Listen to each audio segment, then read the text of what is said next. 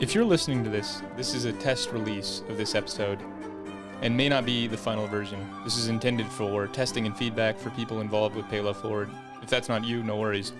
Just enjoy the insider's look into what we're building. Welcome to the Pay Love Forward podcast. My name is Dr. Matthew Leavenworth, founder and director of Pay Love Forward. This series shares the stories of Montana's quiet builders of compassion, people who choose to lead with courageous authenticity.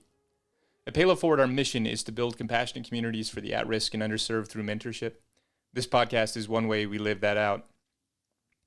I'm also grateful for our partnership with Resilient Stories, an organization dedicated to amplifying voices of courage, recovery, and renewal across Montana. This recording is the first in a series of talks on story as nonviolent resistance. It was recorded in front of a live audience and was not edited in any way. Before we begin, a couple of clarifications. During the talk, I say that Russ Cleveland ran his 800 in under 4 minutes. If I was trying my hardest, I might be able to run the 800 in under 4 minutes. Russ Cleveland ran it in under 2 minutes, which is bordering on superhuman. I also referenced 2 lines from George Orwell's 1984. I used both in the lecture, but didn't give them in full.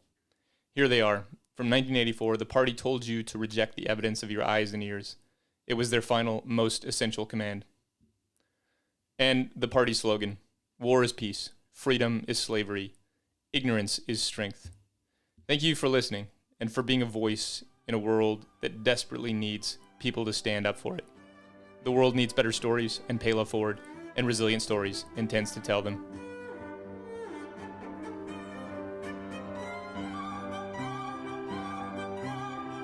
Recording in progress. All right, I think it'll pop up on your end that we're recording. So you are, we're officially live. So I had this idea. This idea has been germinating for quite some time, and I would say this presentation in and of itself is an exploration of this idea, which is, what do we do with ourselves right now? You know, while we're watching what is going on in the world. And I don't necessarily know that it matters which side of the aisle you're on for this to be relevant. I think it is a moment in time where all of us are asking deep, hard questions about ourselves, about what we can do to build a better future for those who will inherit it. And for me, for many others, that's our children, right? We've got to pass this world on to our children. And I'm pretty concerned right now about the direction that certainly our country is headed in. And so have been thinking, for 7 years about what Pay Love Forward is, what it's designed to do. And Pay Love Forward in every sense of the word. So it's a nonprofit. It's a nonprofit that functions in Billings. We do really, really wonderful work. We take care of people. We build compassionate communities for at-risk and underserved youth through mentorship. That's our mission statement. We find all kinds of creative ways to do that. But I have never thought about Pay Love Forward as a nonprofit. It is a mechanism. It's technology for community development. And so that's what I've always been developing, is how do we find things, purposes, oftentimes, things that transcend us, things that are bigger than us, that we can congregate around. And what makes it sticky? What keeps people together in meaningful ways, working towards something that we agree on, that is productive, that is constructive, that is healing. And so, the first iteration of that's been Pay Climbing Forward. And so Pay Climbing Forward, it's a group. We take at-risk, underserved kids climbing, and we feed them pizza. And that really is what the event is. But we also talk about what it means to be of service in your community, what it means to be compassionate, what it means to abide by an ethic, what it means to really belong to something and put that thing, possibly even above, just your own, personal reasons for being there. And so we talk a lot about what it means to be in a community. And so, right now, and this Saturday too, anybody who listens to this is invited this Saturday. It's the first Saturday of every month. We go climbing at Steep World. And we always give kind of this spiel. And the spiel is, what is a compassionate community? And then, I'll hand out candy or gift cards for some of the kids who tell me what it is, and say that it's 2 things. It's a shared ethic and a shared objective. And so the shared objective can be anything. And it could be rock climbing, it could be gardening, it could be chess. It doesn't necessarily matter. That's a secondary component to the ethic. And the ethic for us, for this movement that we're building, is to pay love forward. And we define that as investing in others in ways that multiply. And I argue, and I tell these kids, these are kids who are in group homes, these are kids who come from bad homes, these are kids who are struggling, that these two ideas make you powerful. And I want them to know that, because even in situations that are totally out of your control, there still are things that you can reach for, that can make your life have meaning. And so those are two things, right? It doesn't matter if you're in prison, it doesn't matter if you're in a group home, you can build a community. Like you can get out a chessboard and you can get that group home to come around and play chess together. And it doesn't also matter what circumstances you're in, you can still be kind to other people. You can invest in other people in ways that multiply. So there are these two things that cannot be taken away from us. And there are also two things that can change the world. Communities, they are the mechanisms through which we advocate for collaborative change. And then kindness has this incredible effect. And that's what it means to pay love forward, to invest in other people in ways that multiply, is to set off a chain reaction, because you just do not know where the end reach of your act of kindness is. And I've been in suicide prevention forever, and I've heard so many stories of people who were on the brink, and it was a grocer who smiled at them in the grocery line, and they decided not to make that final decision, that permanent solution to a temporary problem. And it's those instances where oftentimes we just don't know the impact that we're having on other people. And so we've really tried to live that out. And when I say that Pay Love Forward is technology, what I mean is it's a model that can be replicated over and over and over again. We can build an endless number of these communities. And there's a secondary component to this as well, that we advocate for mentorship. And mentorship really means finding people and believing in them, and then walking with them through the hardships of life, because there are just these unquestionable truths. One of them is that life is going to get hard, and you're going to get knocked down, and you're going to suffer. And when you do, if you have somebody with you that believes in you and cares about you, the odds of you being able to get back up and get back to what matters most are exponentially higher. There's some research that I continually talk about. It's from the criminal justice system. And so it's a longitudinal piece of research where they look at kids who went into the criminal justice system, and these are kids with really high ACE scores, so lots of trauma, lots of addiction, lots of abuse. And what differentiated the ones that went on to lead productive, constructive lives to get out of the criminal justice system was one thing. They were able to isolate this singular thing, and it was that all of them could recall somebody who believed in them and who saw potential in them and didn't give up in them when they failed and flailed. And so that's a powerful thing that we can be as well. Like you can go find somebody and believe in them and nurture them and care for them. And so to me, these are things that enable us in any situation, no matter the level of deprivation, no matter the level of authoritarian control, that we can still do. And so I titled this and invited people to listen to this as story as a mechanism of nonviolent resistance. And that really is where this is going. It's what I'm wrestling with right now, because I also think story is the battleground. And I would not say that your story is not something that can be taken away from you. I think it absolutely can be taken away from you. And I'm watching this unfold in our newsreels right now. I'm watching footage of Renee Good being executed in her car as she tried to run away in terror. Like I'm watching that footage.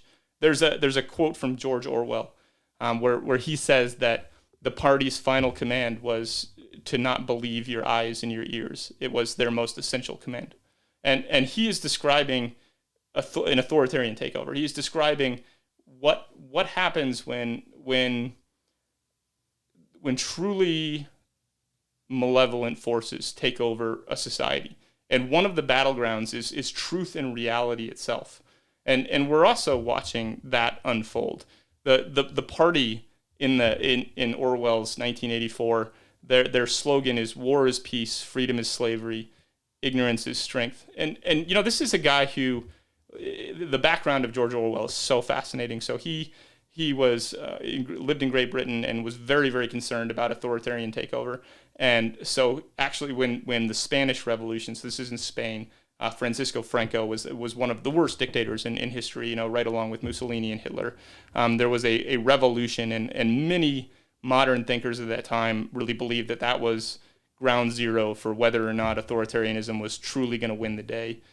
And so Orwell went and fought, and he left and fought in the Spanish Revolution. He was eventually shot in the neck and had to flee Spain and go back to England, where he spent the rest of his life devoted to fighting against authoritarianism, and wrote these warning novels. That's what they are. They're encryptions. They're mechanisms of watching out for what it looks like when when tyrants take control. And so that's what 1984 is. And what to me is so fascinating about that story is George Orwell he's not remembered for what he did on the battlefield, which certainly was heroic and certainly was brave. He's remembered for the stories that he created that warn us. And this is 1984, and this is Animal Farm. And so that's a really interesting thing, that he traded out his gun for a pen. And so I'm watching as reality gets twisted, and you could watch this in real time, that it was hours after Renee Good was killed in her car, where they were trying to sell the United States on a narrative that was just clearly not calibrated to what the footage of what happened actually was. Like, we were asked to disbelieve our eyes and our ears. And then, you think of that slogan, war is peace, and we have this bizarre reality of a president who's demanding a Nobel Peace Prize while literally invading another country and taking out their leader. You can say what you want to say about him, but that is what happened. And you look at the personalities that are in control right now, and you wonder if there is a line where this might stop, where this level of control, and you look at what's happening in Minnesota, and Minnesota, it's just not about immigration. It is about terrorizing a city because they had the gall to not go along with the demands of the party in power.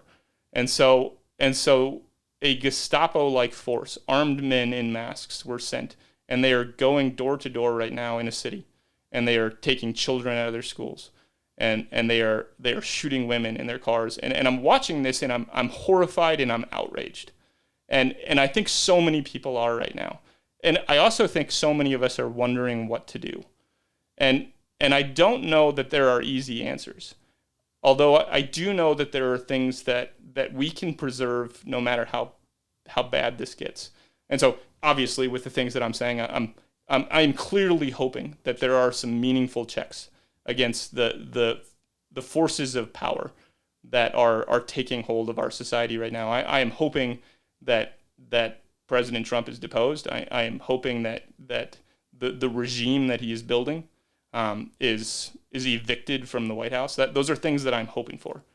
Although I can't say that me wanting those things to happen is going to have any impact whatsoever on them actually happening. And so all of us, many of us who are horrified in this way are asking ourselves, well, what can we do? I mean, and clearly the answer is not more posts on Facebook, right? Not more flailing arguments where we're arguing with our neighbors who are clearly not responding in a way that's changing their hearts or minds. And so what do we do as we watch our world cascading towards things that are just very scary and very concerning? And so I think part of it lies in story, and it lies in the stories that we tell, and the stories that we choose to tell, and the stories that we choose to focus on.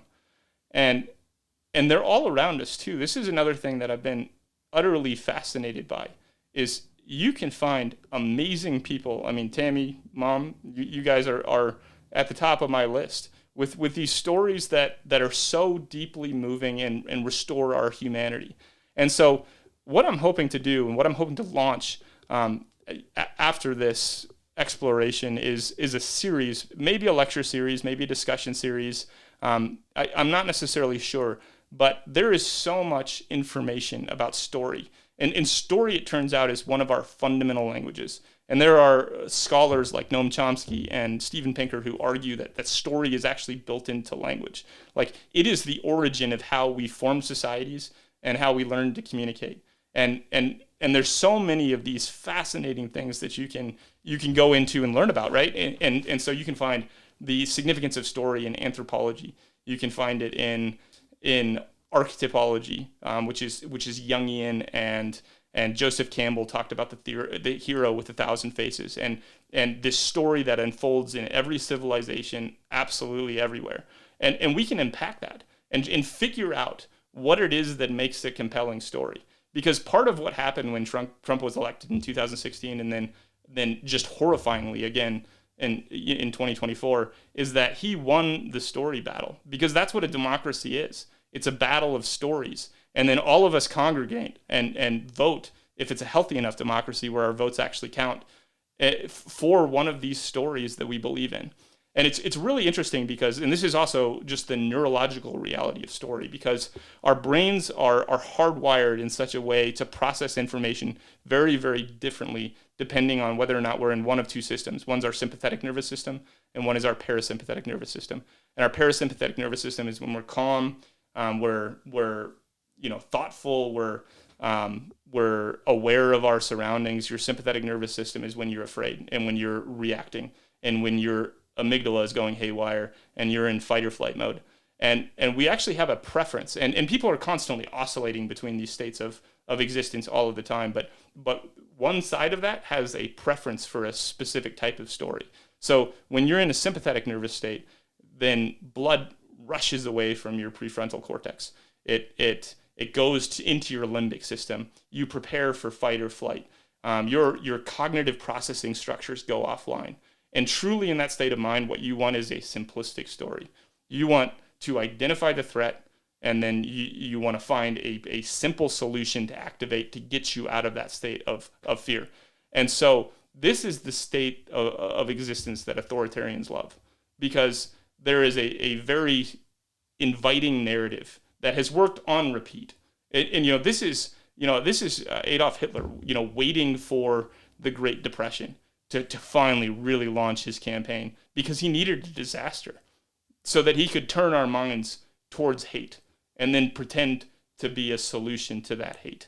And we've watched this. I mean, Mussolini did the same thing. Mao Zedong. I mean, you can go through the most horrendous leaders in history, and they operate on this same mechanistic story, which is it's a story of fear, and it's a savior that comes in to eliminate the bad guy oftentimes, and oftentimes those lines are drawn on racial lines. Sometimes in the communist instance, it was the bourgeois versus the proletariat.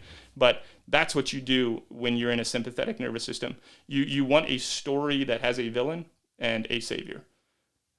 There's another type of story too, and this is what I really learned from being a counselor. And so my background, I've been as a counselor for about 13 years before stepping away and working on Pay Love Forward. But when I sat with people and listened to them, when I really heard their stories, and truly I sat in front of terrible people frequently. I sat in front of child molesters and rapists and thieves and truly awful people. But I also sat in front of an incredible number of wonderful, wonderful people as well. But something very unique happened when I took the time to listen to their stories. They transformed into a full human being. No longer somebody I could just simplify into a category of other. And that happens when we tell good stories, and especially when we tell full stories. And so it's almost, this is a call to action. How do we save story from what is truly an authoritarian takeover? And this is, you can look around. Where are you getting your stories? Most of us are getting our news right now from social media. And all of that is controlled by algorithms that are constructed by a very select handful of very, very rich people. And that is a terrifying thing. And, you can look at the 2024 inauguration, and all of those people were sitting right next to Donald Trump. on that stage. And that is a terrifying thing because they are curating stories. And they also discovered something, and this is Mark Zuckerberg. He discovered that fear sells, that fear creates engagement, that anger creates engagement online. And so they have tapped in, they have hacked our brains to generate more of these extraordinarily toxic types of stories. And so this is an invitation to try to find an antidote to that. And I don't have all of the answers. I know a lot about story. I know a lot about anthropology. I know a lot about a number of these fields. And so that's what I was kind of thinking is I would like to do like a variety of episodes that explores the foundation of story, why it works neurologically, how it functions in your brain.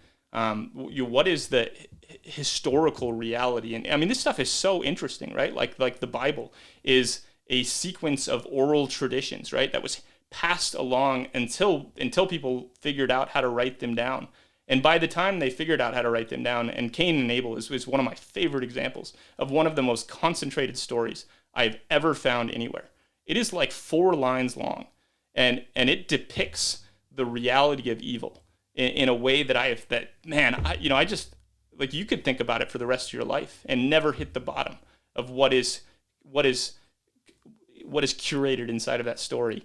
And there are so many examples of this. And so unpacking and understanding stories, why they attract us, why we construct our societies around them.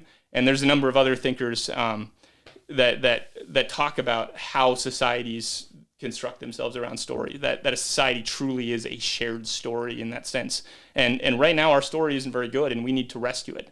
And so I think it takes all of us. And so it's a call to action to manage what you ingest.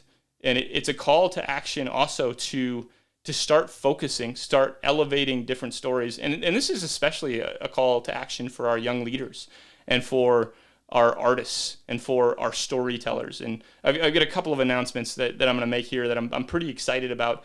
But how do we collaborate? How do we come together to rescue story before it is literally taken away from us, which is what is happening right now?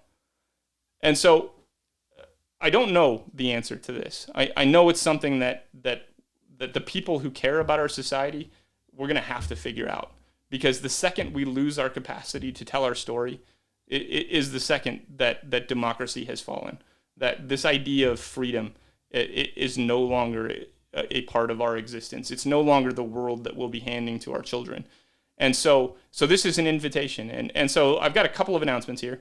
One is that I am going to do this lecture series. And they're going to be open invitations. They're going to be this kind of a format. I think I'm going to focus, well, sometimes maybe I'll focus on good material about storytelling, because if you can deconstruct a story, you can reconstruct it. Also, I want to focus on how to locate stories to tell. Another option is how to engage with social media in ways that elevate story, the kinds of stories that we want to tell. And so I'm thinking through this, and we can look at it from a number of different lenses, from evolutionary biology to psychology. And so I'm hoping to build this. So this is one of my announcements.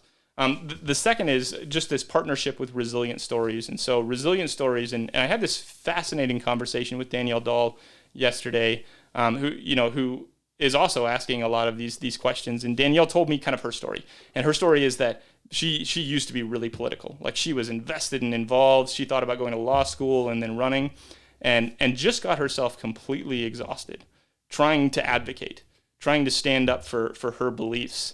And that is what happens right now. Is you go on social media and you try to get, you try to engage and you try to stand up for what you believe in, and about 2 hours will go by and you'll find yourself completely depleted. You'll have changed 0 people's minds, and truly you will just have added to the outrage that is killing us, that is drowning us.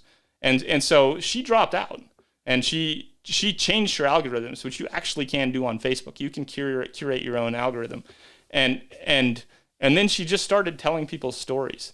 And so she hosts these events all around Billings that are, it's part of her Resilient Story project. But she just finds people And it is almost a universal truth that everybody is carrying a sacred story. And man, when you tell a sacred story, when you tell an authentic story, the whole world, it bends in to listen. Like we are so hungry as a society for something authentic, for something meaningful. We're desperate for this. But the system that we're in right now is pretty rigged against authenticity. That does not benefit the people in power. And so how do we rescue this? And Danielle is actively doing that. And so her and I, we had this conversation about what it means to resist. What does it mean to stand up against what is happening right now? And I think the conclusion ultimately that we came to is it's that we have to preserve the mechanisms that maintain our humanity, that we have to keep those online. And ultimately it doesn't matter what happens next. Like that may very well be out of my control. But I do know that we can keep loving the person right in front of us, that we can initiate those chain reactions that have that kind of impact, that we can potentially be that person in the grocery aisle that saves somebody's life just because we chose to smile that day. And I know that we can form communities, no matter where we're at, no matter what's going on in the world around us. We can bind ourselves with other people who care and who want to fight with us. And so Pay Love Forward is technology. It really is. And it's technology that ranges from painting murals to transform spaces, to technology for how to build a community in, right where you live, at a climbing gym or at a local park. We have LARPers that go LARPing at, just down the street, and that can be a compassionate community. And then, this idea of mentorship too. So these are some of the assets that Pay Love Forward has. And we even have a manual. It's on our website that just tells people how to do this. Like Pay Love Forward is not monetized. It is not, it is something that anybody can do. And I want to see that happen. I want to see a revolution of love and community and story. And I'm praying for that. And so we can explore some of that technology. Danielle does too. So Danielle helps, so she puts on these events where people can tell their stories, and she helps people figure out how to tell your story, because it's actually a terrifying thing to do. I did my testimony, Mom. You were there for that early. It's a terrifying thing to just air all your dirty laundry, to go get naked in front of a bunch of people, and just you wonder how much they're going to judge you. It's not if, because they are, and see what happens. And it takes courage to tell that kind of a story, and it takes courage to fight for it. And I think take it back, because outrage is easy. Authenticity, it just takes a lot of work. And so those are some of the things that we're working on. So I've got a couple of the other really big announcement too is that I've really been trying to protect myself from not getting involved in things I can't control. But I met somebody named Russ Cleveland, who's running for the U.S. Montana House of Representatives in District 1. And so I'm going to be going on a podcast tour with Russ coming up here. And I'm so excited about that. So I spent about 2 hours. And so I have this other argument, too, that podcasts are one of the last frontiers of human engagement, right? Because everything else can be clipped. Everything else can be AI generated. Everything else can be soundbited. But if you sit with somebody for an hour, for 2 hours, for 3 hours, what is true and what is real tends to rise through. It's not an absolute buffer, but it's one of these places where it does seem like we can preserve who we actually are as human beings. And it's getting harder to tell. I mean, you don't know what is just being crafted to deceive you right now, and what is actually real, like what you should actually believe. And so I want to see 10,000 podcasts where we tell stories of people who are resisting, of people who are fighting for a better tomorrow, for people who want to hand a world to our children that we can be proud of. And we can start a revolution that way. I really fundamentally believe that we can find these spaces where we can preserve our humanity, and then we can give them away, and we can replicate them, and we can reproduce them. And so this interesting thing is that Russ Cleveland, he's one of the best human beings I've just ever discovered. And, he's running for the House, and he's really running because they lost their daughter to leukemia. And then RFK Jr. and his crew started cutting cancer research, just in this mind-boggling way. And obviously my son is a survivor of leukemia, and was truly saved by the research that these cancer institutions were doing. And this is pediatric cancer research. Like, if there's one thing we should be able to agree on as a society, is that we shouldn't cut that. Like, it seems so obvious. And even this, like, this piece of information I'm sharing right now is so lost in the deluge of just horrifying events that are taking place all around us right now. But it was enough to really trigger Russ to say, I'm going to stand up and I'm going to do something. I'm going to fight to take this back. And I'm very, very concerned about what happens in between now and November. And I really believe that November is probably one of the last opportunities we have really to preserve our democracy. Because, you know, you're watching these things unfold, and this is not an administration that wants accountability. They don't want to have to explain whether or not Renee Good should have or should not have been shot in the face. Like, there was no attempt whatsoever. That's what they want. They want to be able to send armed military units in masks to terrorize your city, and they don't want any accountability. And that should just horrify all of us, because if you think it's just Minnesota, you are mistaken. And there is so much historical research that indicates that these things just grow, that they don't get worse. There's no point where a malignant narcissist thinks, I have enough power now. Oh, I have enough money now. And so I'll stop this just relentless pursuit of it. There just is no point where that actually takes place. And so I do believe that it's up to us. In November, we have an opportunity. And so I'm going to fight with Russ. And so I'm going to enter the political arena. That's my intention right now, is to go to battle with him. Because I think this window is narrowing. And I think if we don't have good people that stand up, then we will be lost. And truly, if those stories don't transcend, then I think that we'll be lost. And so that's what I'm going to do with this next chapter prior to November, is I'm going to go stand with that man. And I'm going to do everything I can to see his story be told and be heard. And I think there are a lot of forces that are going to work against that. And so I don't know if it's going to work. You know, I have no idea, but I think that's an ask, right? Is for any help that I can get elevating that story, because it's such a good story. It's the kind of, so Russ has done two things. He's refused to take dark money, and he's also refused to take endorsements from either Democrats or Republicans. So not to mention, he's an incredible leader.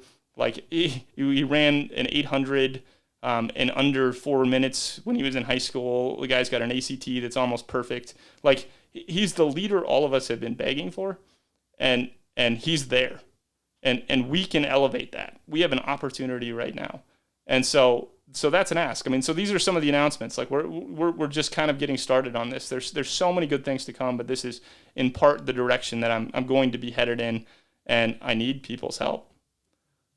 So that's where I'll pause this one, and more to come. And I'm thinking, and I'm taking input on how to do this in a way that is loving and compassionate. Because I've also discovered something about myself too, which is when I'm out there causing more outrage or arguing with people or telling people they're idiots for not thinking the way that I think, I find that I'm out of alignment with who I am supposed to be. And I discovered that on the Penny podcast especially. I went into that expecting to, say some hard-hitting stuff. And it's not that I won't say hard-hitting stuff. Like, we need to stand up for what is right. And we need to do that with clarity and passion and courage. But that, it just isn't me. It's almost something more like my gift mix, is just to be with people and listen to them and to hear them deeply. And so I'm trying to craft, like, how I can have an impact on this world. And my intention is to do it with compassion, and to do it with an ear for listening, and to do it in a way that honors people who we just really need to honor and we really need to elevate. That's what I got.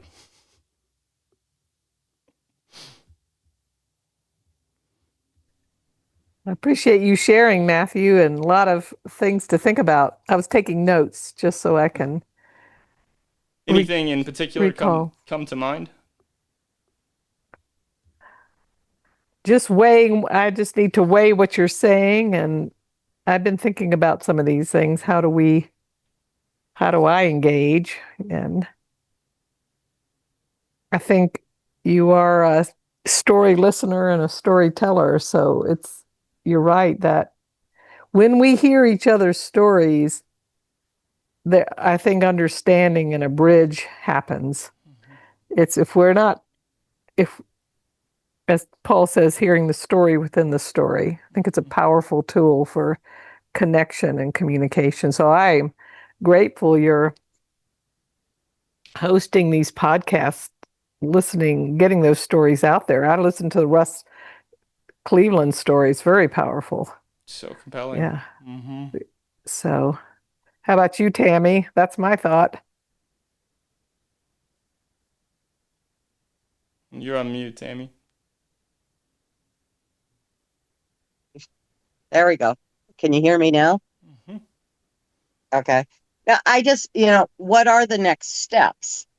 How can we help you to move forward in this Mm-hmm. when there's so many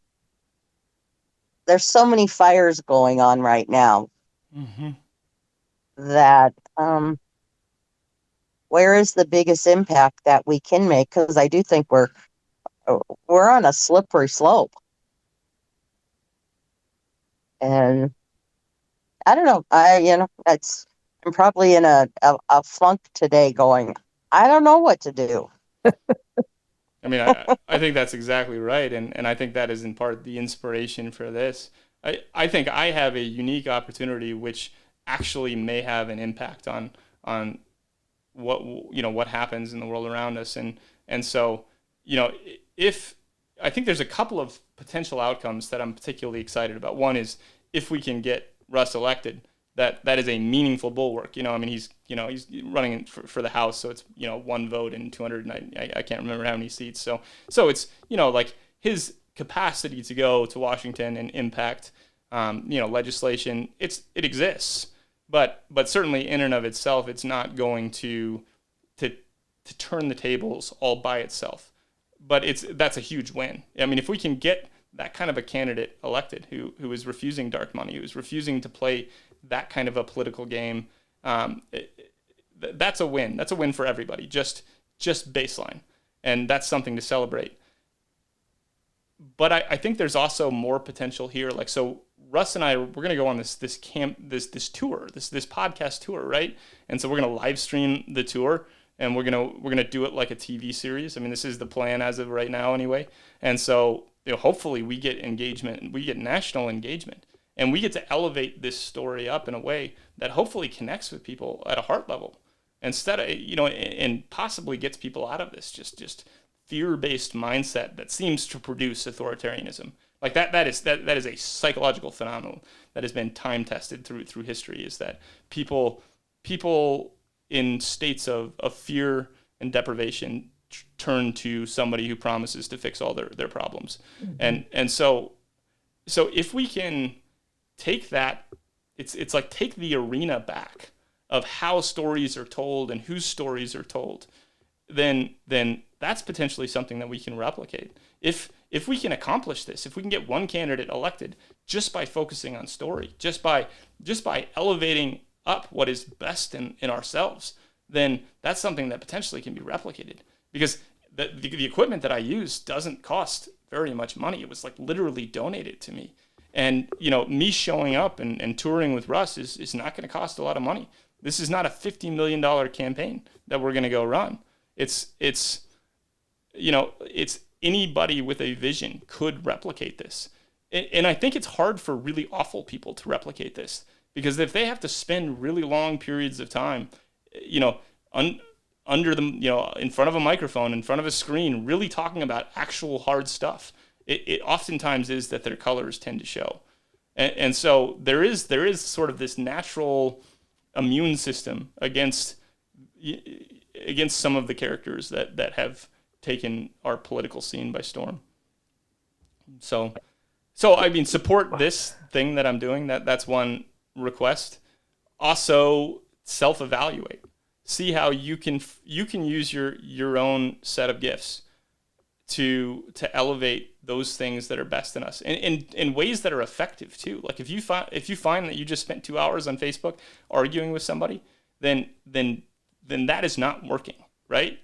And that's not a good use of anybody's time. And so it's like, how do we take, like, boy, if we could take back all of that time and energy that's wasted in that space and turn it into purpose and passion and turn it into a mechanism that tells the stories that we need to hear, like we've got a fighting chance. And that's an exciting prospect, because I think we need that. When you say you're going on a live tour, what exactly does that mean? You'll go to places and I don't know what that means. Yeah, so it's going to start in Billings. So, well, we're actually going to do one coming up in Bozeman, and, you know, a theater or a bar or something like that. And we'll set up the equipment. It'll be live streamed on video. There will be a live audience. And then we're selecting different topics that are pertinent to the election, but not necessarily. And we're really probably going to stay away from like the hot button topics. Like we're not going to just talk about every, you know, asinine thing Trump did, you know, between 9 and 9:30 this morning. And, you know, we're going to talk about family, and we're going to talk about marriage and what it means to have a healthy, strong marriage. And we're going to talk about, you know, he did this bike trip across America. It's just, I mean, you heard the pod. It's just crazy, right? Like, it's so cool what he did. And we're going to talk about, you know, we'll talk about policy too and healthcare, but we're going to talk about Gentry and Madison and how they changed us and how they taught us and how we can carry their legacy forward in a way that potentially can make the world a better place. And so that is the focus, is to have these really deep, meaningful conversations, not political outrage-based conversations. Yeah, it seems like the story has been hijacked. So, but we don't want to tell that story of all the negative, the anger, how we hate one another. We want to take back the story and tell the story that has meaning and compassion, and where people are loving one another and showing up. So that's what I hear you doing, and that's really powerful. Yeah, and anytime we do the other one, it sort of just fuels the same system. We're participating in that that negativity, that it just the scarcity mentality, and instead of focusing on, I just see a lot of good around when I'm in the day-to-day of interacting with people, just doing the hard stuff, showing up, serving. It's all around. So let's tell that story. Let's tell that story. Yeah. And it's an amazing story too. It is. Such a good story. Beautiful stories all around. Yeah. So and there are a lot of positive things that are happening that need to be highlighted. And how can we have you know, and the more good we can talk about, the more people can see their own good. Exactly, Tammy. I think that's so true. So let's Yeah. Let's do that.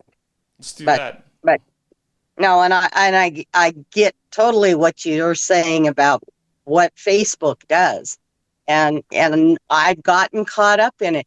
But it's funny because the only people that argue back with me are the people that have argued back with me 6 months ago. It's the same 3 people. And it's like, this is going nowhere. You're not convincing me, and I'm not convincing you. This is a waste of time. So it's a tool that can be used and abused, and find the way to use it in a positive way. Yeah. Here's my final question, because I'm on the fence about releasing my monologue there. What do you think? Oh, I think that story, your story is good. Your story is positive. It's so hard to get people to see that side, but it has to be told out there. And the more people that will continue to share that positivity, just like with what Danielle's doing and has done and has overcome, that has to be magnified. It does. Yeah, it certainly does. I feel like you're framing your thoughts as you're speaking. I think you can sit on this one a little bit. You might want Dad to listen to it and give you feedback, but I think it's the framework of how you're moving forward. So one of the things that I'm attempting to do is build a library of conversations. So say that we're hypothetically successful. I don't know that we will be. I mean, Russ could cancel this thing on me tomorrow. I don't think that's going to happen, but it's a possibility, right? Like this, there's no guarantees here. But say we're successful, and this what we're doing really is able to capture like a fairly significant level of attention. What I'm hoping to do is build underneath that a structure for people to learn how to replicate this, how to do this themselves. Also I've put things in there like my testimony, so they can learn about my organization, they can learn about what we're doing, they can discover all of these heroes that are all around us, from Bob Wilmoth to Penny to, so I'm trying to build this library that probably is only going to matter if I'm successful here. And there's also, I just love doing this podcast too. Like I love, you're good at it. I love the interviews. I just love them. Like when I get to really, and it's like such a heightened, it's so like you're being recorded. This is going to be shared publicly. Like there's an intensity and a concentration and a rawness that comes the second that you do that is just, it's exciting. And so I love doing it just for its own, but this is also like, this is the broader narrative and what I'm aiming for, which is just to have this undercurrent of transformative material that if this other thing becomes successful, then we'll draw people into how to do this, how to recapture story. You're on the right track. You're on the trail. Yeah, well, I'm on the fence about this one, but thank you guys for joining me. Well, and there was a lot there. At the end, you sort of framed out what your intentions are. That could be a section. I'm not sure. There's a lot of things around Trump and what he's doing, and that's going to fire people up because there's people who are going to not agree. I don't want what you're doing to get lost in this other narrative. We're fighting evil with good. So I'm not sure. I don't know the answer. And these are really the things that I'm like beta testing right now. And like the input that I'm getting from doing this, I just invited people, like we'll see who shows up, and I'm just going to give this talk and we'll see what happens, because you can't really beta test things unless there are some stakes there. And so that's always my preference. Like if I commit to something, I'm going to go show up and do it, and do it to the best of my ability. And then I can gauge where I'm at. I cannot gauge where I'm at with no information, with no feedback and no input. And so that was like, Penny was such a learning experience. Like I could feel myself like just gauging in, honing in, like this is who I am as a storyteller. This is what I'm supposed to do. This is what God is calling me to do. And this is how to do it. Right. And I just felt myself learning, and it is not to make things more inflammatory. That seems not to be the place where I shine, but also at the same time, like we've got to talk about this stuff, because this is real serious. Like what we're seeing unfold is like, we got to stand. I don't know. I mean, like this is a very, very desperate time, I think. It is. In our history. I agree. Well, I think of Jordan Peterson. He as he's speaking, he creates. He learns on the I'm watching you do that as you speak with people and interact. You're creating structures and pathways, and it's a cool process. So I would, all I know is you're on track, and you are a storyteller. Well, since and a story listener. Both of you are women in my lives that I respect at the deepest level. Me and Tammy, we're in it for life. We've talked about it quite a bit. We're on this journey, and obviously, Mom, you're everything to me. So pray on this one, if you would, and maybe. Yeah, pray. I was looking up this scripture where you were talking, where Joshua's it's before the Battle of Jericho, Joshua 5:13-15, and he encounters a man with a drawn sword, and Joshua asks him, "Are you for us or for our adversaries?" And the figure replies, "Neither, but as the commander of the army of the Lord, I have now come." And Joshua realizes it's a divine heavenly messenger. He falls on his face in worship and submits to God's authority. And he has success in Jericho, but boy, the battle was weird. I don't know if you've studied that battle. They had to march around every day blowing horns.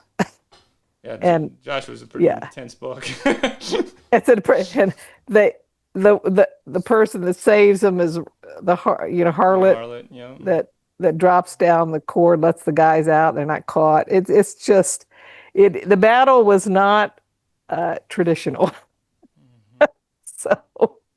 So anyway, I think we want to be on. Well, but I think though that ultimately what Jesus came to do was to rewrite the rules with which we go to battle. Yeah, I think exactly. But we still go to battle. Like I don't feel like. Yes, but our weapons, was the scripture, are not the weapons of the world. No. It's humility, and it's suffering, and it's love. It's a upside down kingdom. It is. And you've got those going on in your life. Compassion has been worked into the fiber of your being. Let that out. So. What would you have rated me on clarity? 0 to 10. Very clear. Yeah, you're a clear communicator. Yes, very, very clear. Okay. I was writing things down and tracking what you were saying, and so I could help because it's my memory. I think you're very clear. Story is a mechanism of nonviolent resistance. Mm-hmm. Yeah, it can be taken away from you. And we have to be so careful these days because, as you said, with AI and social media, you have to be careful to dig deeper to find out the real story.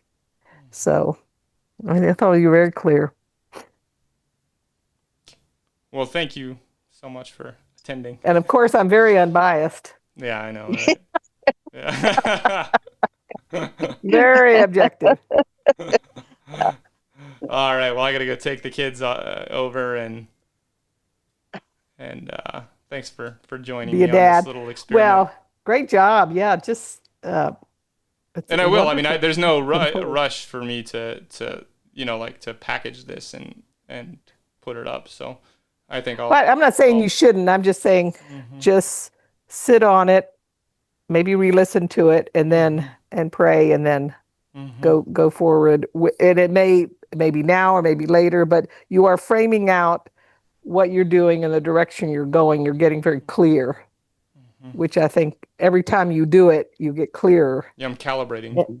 And it unfolds as you go. And I need to calibrate, especially before I go do this. This is one of the reasons I'm just keep putting myself out there, and it's because if I don't have the feedback, I won't know what I'm doing when I get there. And so just lead with love. That's all I know to do. My grandmother used to say, catch more flies with honey than vinegar. Now, why you would want to, I guess you would. Anyway. I'm a big believer in compassion, but competence also is fairly helpful as well. Yes. Well, I think you're very bright and very articulate. Sorry, I didn't mean to interrupt you, Tammy. Your clarity keeps coming through. Every time you talk about this stuff, it gets clearer and clearer as to what it is you're wanting to accomplish. Because I've asked the same questions. What does this mean you're doing this? I don't understand what you're talking about. And so this tonight cleared up a lot of my thought as to what it is that you're really wanting to do with him. And I know you were worried about how this was going to affect the work we're doing with Pay Love Forward. And I don't believe it's going to affect that work. I think it's going to help that work because it just is showing people more and more what it is we really stand for. And the more they can understand what it is that Pay Love Forward is trying to accomplish, the more clear that gets to everybody else, the more clear it gets to me. Because it's, it's a different, we're walking down a path that really has not been walked down, because people don't lead with compassion in our society right now. I know. And so when we talk about, that's what this is about. That's all this is about. That's all we are doing, is trying to help people to live in a more compassionate environment. Yeah. There you go. Well, that says so much. If that clarified things for Tammy tonight, that's pretty powerful, because she's working closely with you. And I think you're honing in and focusing in, because there's so much out there and so many things you get attracted to, but you're refining what you're about. Focus life, which is Dad's, mantra. So Tammy, that was a good, if that clarified for you, that's pretty amazing. Because, well, it's, and Matt very well also, and I'm learning about him more and more, and the workings that go on inside that head of his are hard to keep up with sometimes. Yeah. So we're getting there. Very so good. good. Well, I can't keep up with it either, and I'm really working very, very hard to surrender it to Jesus, because it does not stop. It just goes all the time, and drives me crazy, and so if I don't have something productive to do with it, and let's just got to give it to him, And, all of it. Yeah. All of it. All of it. And let him see what he does with it.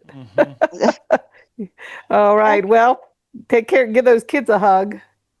Yeah, for sure, Mom. Love you. All right. Love to you. Glad I could hear you. Bye. Thanks so much, Tammy.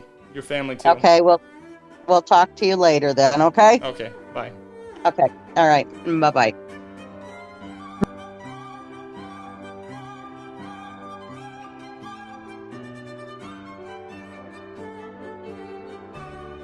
Thank you for listening to the Pay Love Forward podcast. If this conversation moved you, inspired you, or made you pause to reflect, don't let it in there. Pay Love Forward is more than a podcast. It's a movement, a community, a way of being. At its heart is a simple commitment to invest in others in ways that multiply. In partnership with Resilient Stories, we're committed to hearing the story within the story, the deeper narrative of courage, compassion, and renewal that reminds us who we are and what we're capable of together. If you'd like to walk with us, find a mentor, find a mentee, or join one of our community gatherings. You can connect through Facebook or visit www.payloveforward.net to learn more. Let's keep building something beautiful together.